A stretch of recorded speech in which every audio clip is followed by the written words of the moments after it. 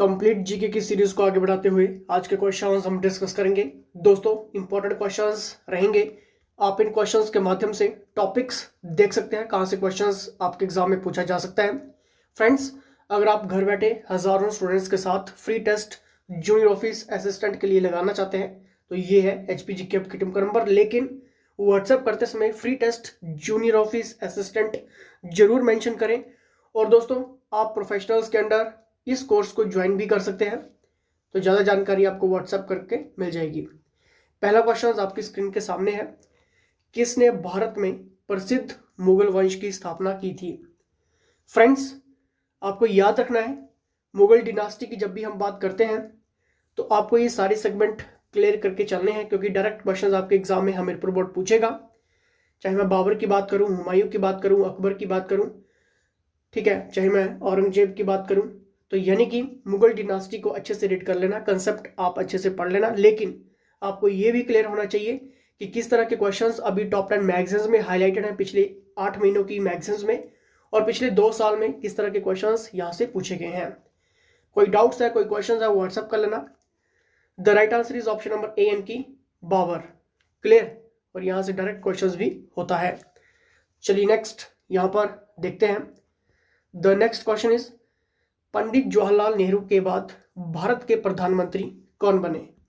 दोस्तों, इन टॉपिक्स के माध्यम से, इन क्वेश्चंस के माध्यम से आप ये डिस्कस कर सकते हैं, ठीक है, माइंड में डिस्कस कर सकते हैं कि आपके एग्जाम में जो प्रधानमंत्री का टॉपिक होगा, यानी कि यहां से क्वेश्चंस तो बनेगा आपके एग्जाम में, लेकिन अभी जो एक हाईलाइटेड टॉपिक चल रहा है पिछले 8 महीनों की मैगजीन्स में, इलेक्शन कमीशन से डायरेक्ट क्वेश्चंस होगा, चुनावों से रिलेटेड डायरेक्ट क्वेश्चंस होगा, कुछ आर्टिकल्स आपसे पूछे जा सकते हैं जो अभी हाईलाइटेड है।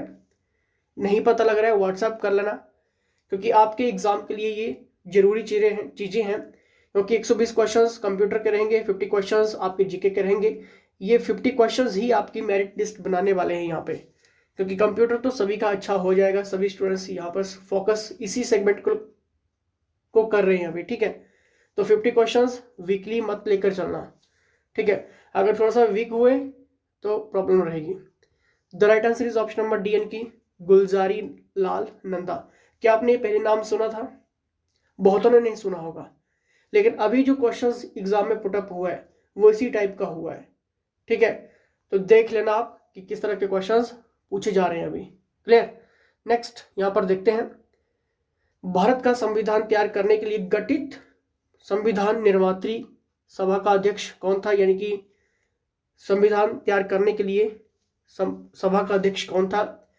अब दोस्तों यहां पर इस क्वेश्चन से आप क्लियर कर सकते हैं कि जब भी हम कॉन्स्टिट्यूशंस की बात करते हैं तो कॉन्स्टिट्यूशंस में आपको फंडामेंटल राइट्स, फंडामेंटल ड्यूटीज और कौन कौन से आर्टिकल्स मेन हैं वो आपको रीड करने हैं, ठीक है। आपके एग्जाम में ज़्यादा डीपली तो नहीं आएगा, लेकिन आपको बेसिक की फैक्ट आपको क्लियर होना चाहिए। बेसिक की फैक्ट जानते हैं, जो क्वेश्चन बेसिक होता है लेकिन उसका की फैक्ट जो होता है वो मॉडिफाइड होता है, ठीक है। तो अगर आपको ये सारी चीजें नॉलेज में है तो आप बहुत कुछ यहाँ पे टैकल कर सकते हैं। The right answer is option number C एन की doctor Rajendra Prasad. Clear? I hope सबको आंसर आता होगा और सबका सही भी हुआ होगा। और दोस्तों यहाँ पर आपके माइंड में बहुत सारे क्वेश्चंस यहाँ से निकल के आ जाते हैं, ठीक है। तो आई होप ये सारी चीजें आपको क्लियर हो रही हैं। क्लियर? चलिए नेक्स्ट यहां पर देखते हैं। भारत निर्वाचन आयोग डैश आर्टिकल के तहत गठित है। तो जैसे कि मैंने अभी आपको क्लियर किया कि इलेक्शन कमीशन से डायरेक्ट क्वेश्चंस होगा, यानी कि दोस्तों ये जो बात यहां पर की गई है, the election commission of India is constituted under article, ठीक है, कॉन्स्टिट्यूटेड अंडर आर्टिकल की यहां पर बात हुई है, ठीक है। तो बताना है। The right answer is option number C एन की 324।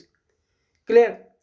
अब दोस्तों आपको यहां पर एक चीज और क्लियर करके चलनी है कि जब भी हम पार्लियामेंट की बात करते हैं तो लोकसभा, राज्यसभा आपको क्लियर होना चाहिए, अच्छे से याद होना चाहिए, अच्छे से कंसेप्ट आपका क्लियर होना चाहिए, और वहां से किस तरह के क्वेश्चंस अभी पूछे जा रहे हैं, ठीक है। हमीरपुर बोर्ड किस तरह के क्वेश्चंस पूछ रहा है।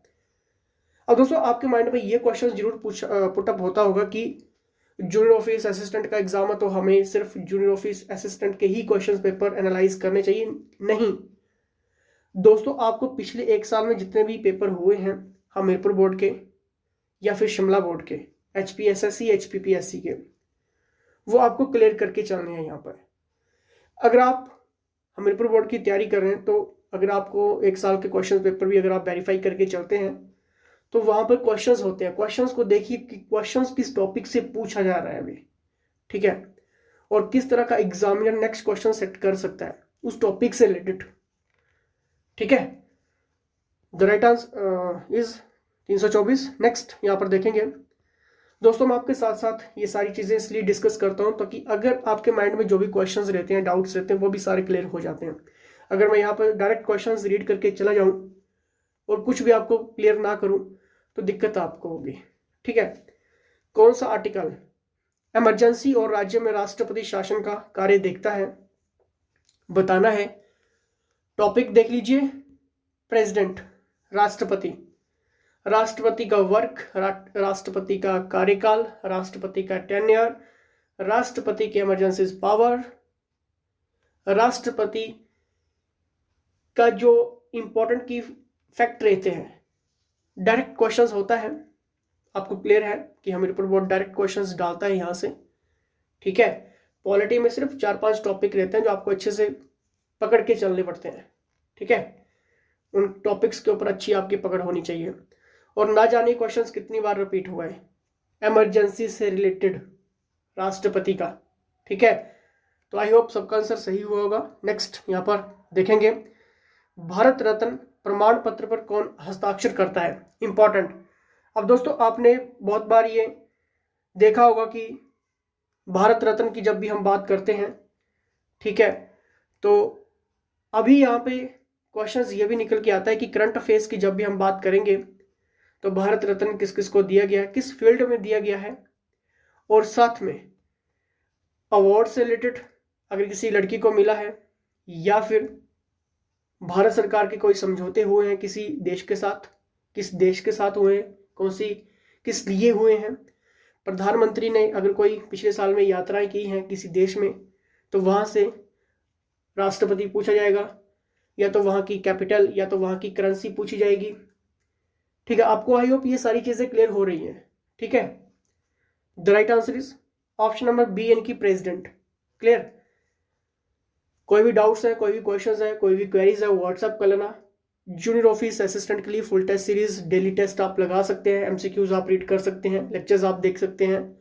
बेस्ट प्रिपरेशंस एग्जाम हॉल में जाने से पहले आप कर सकते हैं और इजीली आप इस एग्जाम को टैकल कर सकते हैं, ठीक है। 1869 पोस्टें, एक पोस्ट के लिए आपकी फाइट है। नेक्स्ट यहाँ पर देखेंगे, मेघालय की राजधानी है।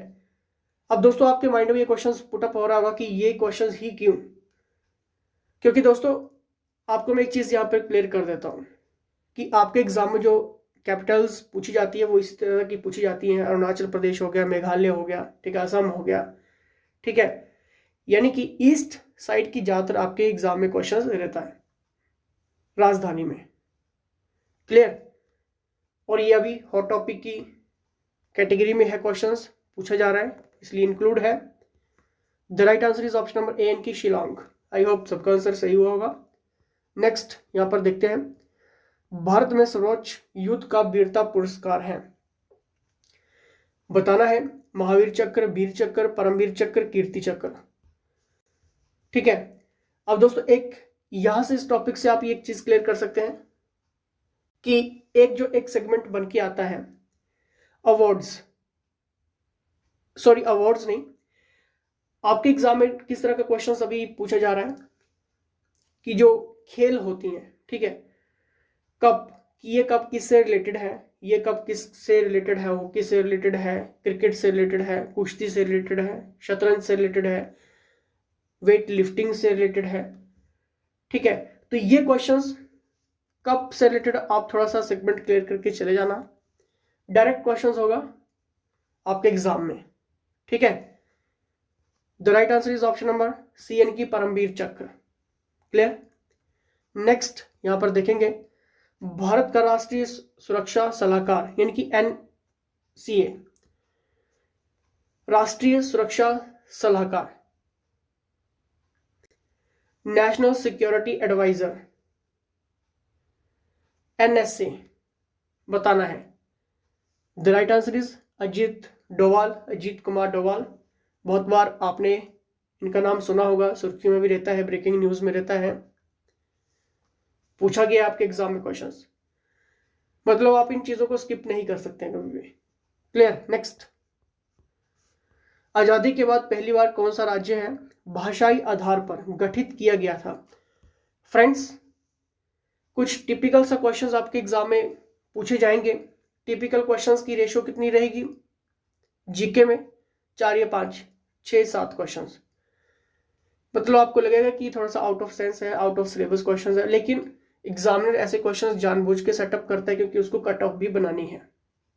ठीक है, एक स्ट्रैटेजी रहती है। आप इस स्ट्रैटेजी में अभी इन्वॉल्व ना हो तो बेटर रहेगा, लेकिन आपको इस तरह के क्वेश्चंस भी देखने को मिल सकते हैं। तो आई होप आपको ये सारे क्वेश्चंस पता होंगे, तो फिर डर नहीं होगा कि मेरिट क्या जाएगी, कट ऑफ कितनी रहेगी। D, Andhra Pradesh. Clear. Next, Himachal Pradesh के राजकीय वृक्ष का नाम सबको आना चाहिए, किसी का भी क्वेश्चन गलत नहीं होना चाहिए, बताना है। The right answer is option number D, की देवदार। आई होप आपको ये सारी चीजें क्लियर हो रही है, क्योंकि आपका क्लियर होना बहुत बहुत बहुत इंपॉर्टेंट है। नेक्स्ट, हिमाचल प्रदेश का पहला परमवीर चक्र प्राप्त करने वाला व्यक्ति।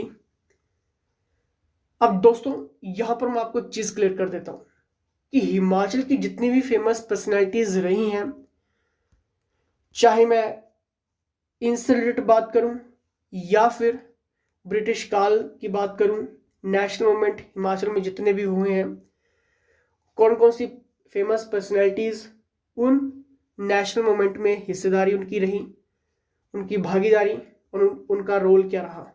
ठीक है, ये पढ़ के जाना है आपने। हमीरपुर बोर्ड एग्जाम में क्वेश्चंस पूछता है।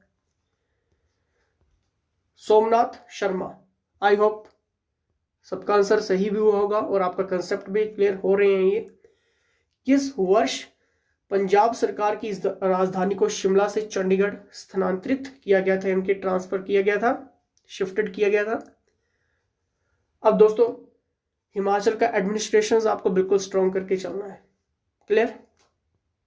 The right answer is option number ए, यानी कि 1887। क्लियर। नेक्स्ट देखते हैं, सुकेत रियासत का आधुनिक नाम क्या है? सबको आना चाहिए। The right answer option number D, की सुंदरनगर। आपको हर एक चीज क्लियर करके जानी है कि जितने भी प्राचीन नाम थे और उनके अभी के नाम क्या हैं। ठीक है, एग्जाम में क्वेश्चंस बनेंगे। हिमाचल प्रदेश के कांगड़ा जिले में से निकालकर किस वर्ष हमीरपुर और ऊना जिलों का निर्माण किया गया था? सभी को आना चाहिए। दोस्तों आप इन चीजों को स्किप नहीं कर सकते, क्योंकि एक क्वेश्चन की वैल्यू बहुत ज्यादा रहेगी आपके इस एग्जाम के लिए। 2,35,000 और 2.5 लाख स्टूडेंट्स ने फॉर्म फिल किया हुआ है, तो सभी के सभी क्रीमी तो नहीं होंगे, लेकिन फाइटिंग तो जरूर करेंगे। ठीक है। Next, 1972 is the right answer. अब दोस्तों आपने क्या करना है, HPGK हब की टीम को व्हाट्सएप करिए। फ्री टेस्ट की डिटेल मैंने आपको स्टार्टिंग में बता दी है। फुल कोर्स ज्वाइन करिए। एग्जाम हॉल में जाने से पहले सभी क्वेश्चंस पक्के करिए, टेस्ट लगाइए, खुद को चेक करिए, एनालाइज करिए, क्योंकि ये छोटी छोटी चीजें आपको महान बनाएंगी। जुड़े रहना है। प्रीवियस लेक्चर्स देखने के लिए डिस्क्रिप्शन बॉक्स में लिंक है, जाइए अटेंड करिए, और किसी भी डाउट क्वेश्चंस हेल्प के लिए व्हाट्सएप करिए। फिलहाल दोस्तों इसी के साथ जय हिंद, जय हिमाचल।